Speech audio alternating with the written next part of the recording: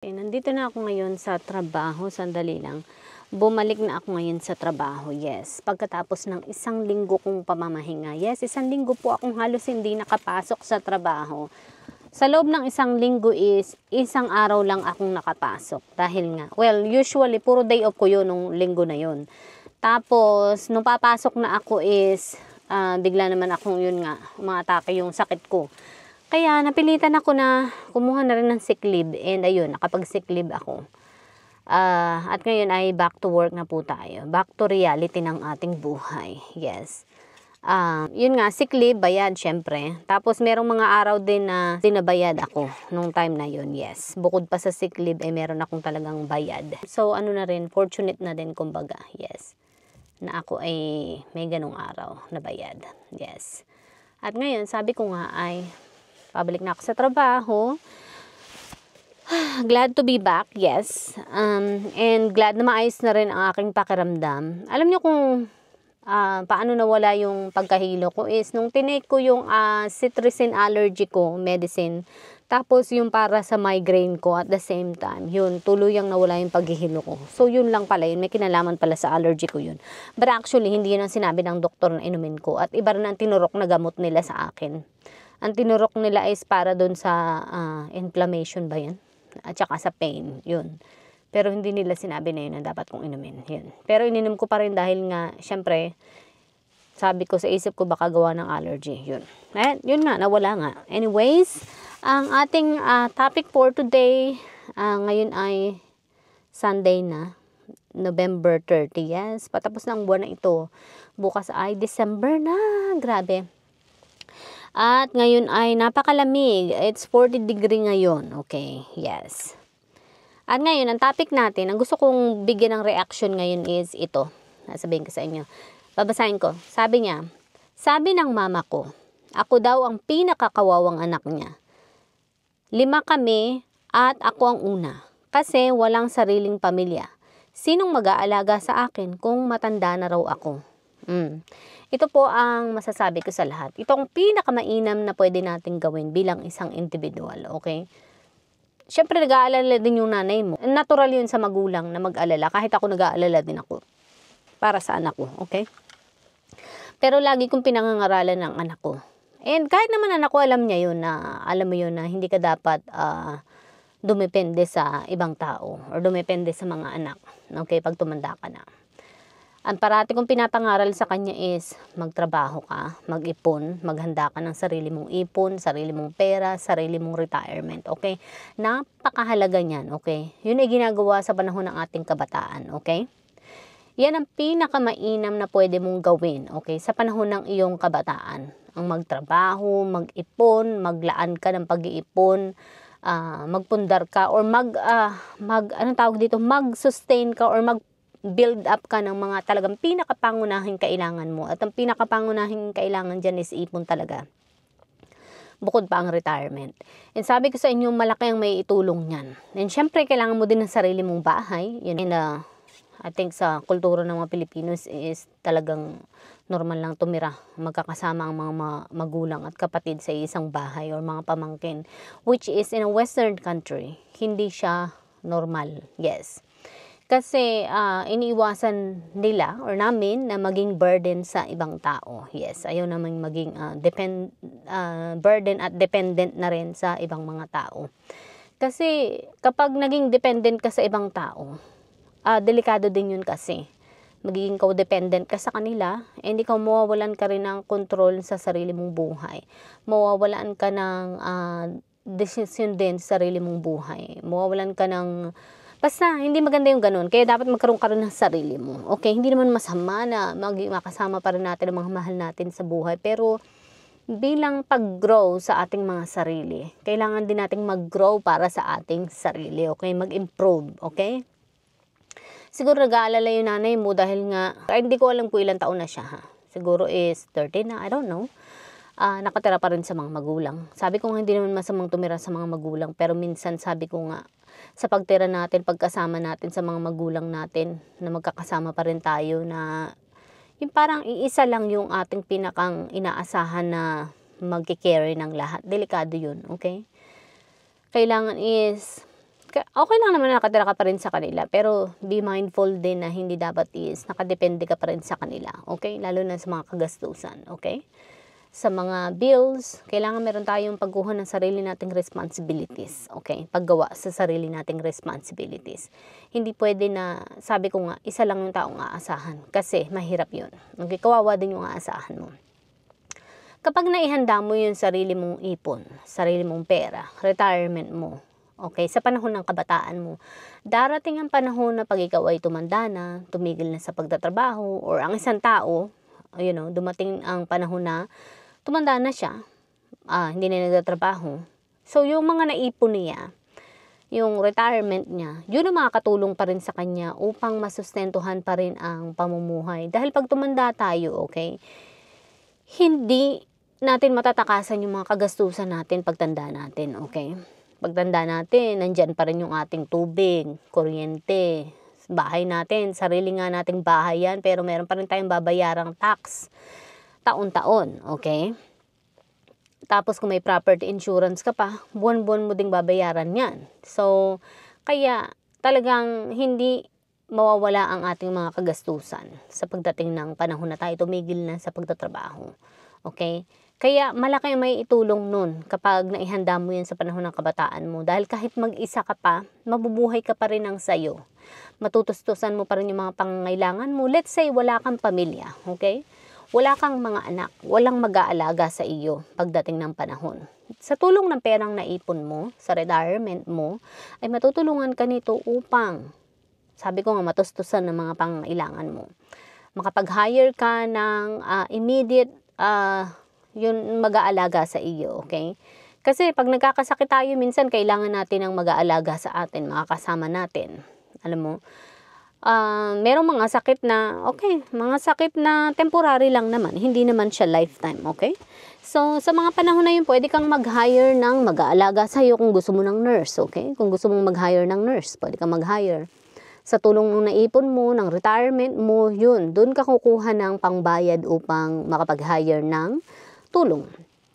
At kung gusto mo namang makatipid, ayaw mo ng tulong din, kailangan aralin mo sa sarili mo na maging independent ka. Na maging kaya mo pa rin gawin ang lahat, okay? Kaya mo pa rin kumilos, kaya mo pa rin tumayo, kaya mo pa rin gumalaw ng sayo, okay? So, sasanayin mo ang sarili mo. Bata ka pa lang or sa kabataan mo pa lang, ay sasanayin mo na ang sarili mo sa mga ganong bagay. Una pa lang ay sa paghawak ng pera, okay? Kailangan ay maging marunong ka na sa paghawak nito, okay? Sa pag-manage nito, sa pagbabudget nito, sa pag-handle nito, sa pagbabayad ng mga kung anumang mga bayarin mo. Kasi darating ang panahon, ikaw pa rin na magbabudget niyan, lalo na kung solo ka, okay? Kasi mahirap ipagkatiwala ang pera sa ibang tao, lalo na kapag ito ay pera, okay? Mahirap itong pagkatiwala sa iba. Kaya dapat ikaw sa sarili mo ay maging responsible na maging marunong sa pag-aalaga nito, okay? Kaya nga tayo may bangko, okay? May bangko na pwede nating paglaanan ng pera natin, doon natin iipunin ang pera. Pero syempre, maglalaan ka rin para sa emergency fund mo, yung cash mo sa sarili mo, sa bahay mo. Yung secure na lugar, pwede mong paglagyan sa parte ng bahay mo. Para in case, halimbawa, hindi magkaigi, hindi ka maka-withdraw dahil something happen, in your bank. Pwede kang may makuha na cash para halimbawa kailangan mo na pera, kailangan mo tumakbo sa ospital at kailangan agad ng pera, okay? So, habang kabataan ka pa, ipoprovide mo na yun sa sarili mo.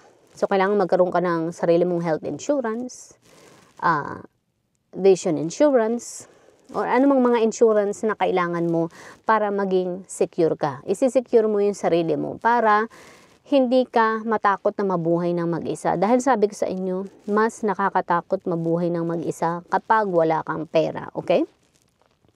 Kaya hindi rin totoo na kapag may pamilya ka, may mag-aalaga sa iyo pagdating ng panahon, okay? Kasi syempre yung mga yan, bubuo din sila ng mga sarili nilang pamilya, yung mga anak natin, bubuo sila ng mga sarili nilang pamilya. Magkakaroon sila ng sarili na ng buhay, sarili nilang pamilya, maninirahan sa ibang lugar. Isipin mo kung ididepende mo ang buhay mo sa kanila. Paano naman yung ano tawag dito, yung mga pangarap ng anak mo. Paano naman yung buhay niya? Paano naman siya makakapagsimula sa buhay niya? Paano niya masisimulan yung magiging buhay niya sa pagdating ng panahon kung ididepende mo yung buhay mo sa kanya, okay? Kaya dapat ay magkaroon din tayo ng sarili natin para sa atin, okay? Maghanda din tayo ng para sa atin. Kaya sabi ko nga sa panahon ng kabataan nyo, kailangan maibigay nyo na yun sa sarili ninyo, yung pera nyo, yung sarili nyong pera, yung sarili nyong ipon, yung sarili nyong retirement, magkaroon ng sariling bahay.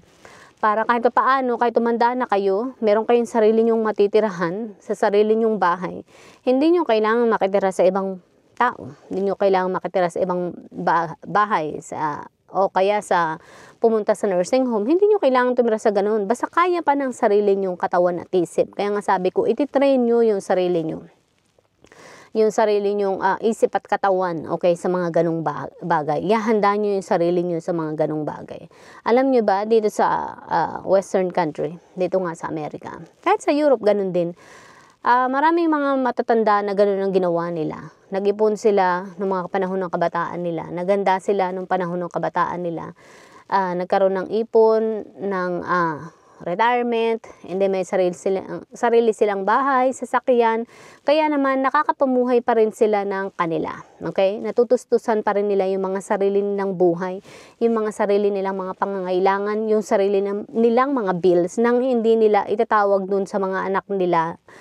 Nandun pa sa ibang bansa na, wala na akong pangkain, wala na akong pambayad ng ganito ganyan, wala na akong pambayad ng electric, ganun. Hindi sila ganun sa kanilang mga anak. Yes, dahil na-discover nila na dapat pala inihahanda rin yun sa mga sarili nila.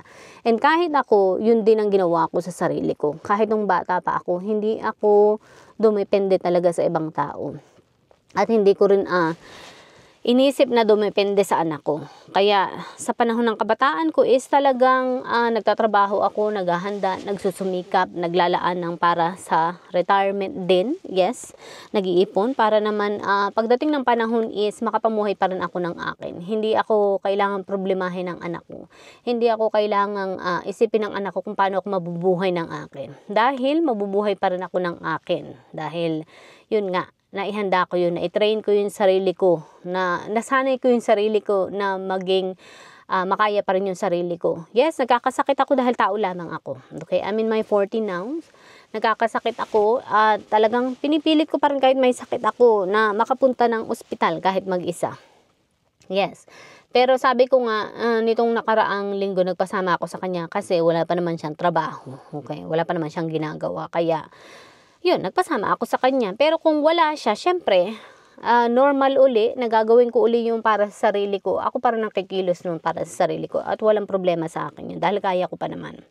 Basta kaya ko pa, gagawin ko yun para sa sarili ko. Okay? Dahil yun ang pinakamabisang dapat nating gawin. Okay? Hindi natin dapat isipin na kawawa tayo pag tumanda tayo. Kapag wala tayong mga anak, walang pamilya, walang mag-aalaga sa atin. Tayo pa rin sa sarili natin na mag-aalaga sa atin sa pagdating ng panahon. Yung mga naging desisyon natin noon, ang siya magdadala pa rin sa ating magiging buhay sa pagdating ng panahon. Okay? Sabi ko nga, kung naihanda mo yung lahat ng mga pangangailangan mo sa panahon ng mga kabataan mo, sa pagdating ng panahon is tutulungan ka pa rin nito para makapamuhay pa rin ng sayo. Sabi ko nga, makakaya mo pa rin na mag-hire ng mga help na kailangan mo. Sa tulong ng mga ipon, nung mga naipon mo, nung retirement mo, doon mo kukunin lahat ng mga pangangailangan mo. Hindi ka mahihirapan. Kaya maganda kapag dumanda ka na naisanay mo yung sarili mo na maging malakas para ng isip at katawan mo kasi hindi ka may hirapan, you know. Pagdating ng panahon, makakaya mo pa rin na makakilos ng para sa iyo, okay?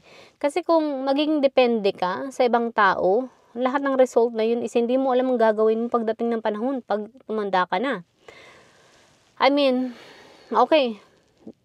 Ang kasamaan kasi yung iba, yun nga, pag nagkaroon ka na ng dementia, then doon pa lamang darating yung kaya nga sabi ko nga kung meron kang ipon, sarili mong pera, sarili mong retirement, pag halimbawa nagkaroon ka na ng dementia, then you can hire some attorney, you know, para magkaroon ka ng will para dun sa iyong mga kung anong kailangan mong gawin sa pera mo or sa kung paano pag nagkasakit ka na, paano pag ganito ganyan, you know, sino ang mag-a-access ng pera mo. So, kailangan gagawa ka ng ganun. Sino yung executor mo, ganyan. Gagawa ka ng ganun. Yes, para hindi ka mahirapan. Para hindi mo rin kailangang, anong tawag dito? Kasi minsan, ewan ko sa iba, siguro hindi ko alam, sa Pinas, siguro ganun, na hindi nila, ewan ko, basta iba kasi. Dito pag mayroon kang attorney or executor na ganyan is hindi basta mauubos yung pera mo na kung sino-sino lamang, 'di ba? Yes, kaya dapat is magkaroon ka talaga ng ganun. Okay? Aralin natin ang buhay na maging ganun. Alright, hanggang dito na lang at ako'y papasok na sa trabaho. Sana nakatulong. Bye! Na hindi dapat tayo dedepende sa ibang tao. Alright, bye!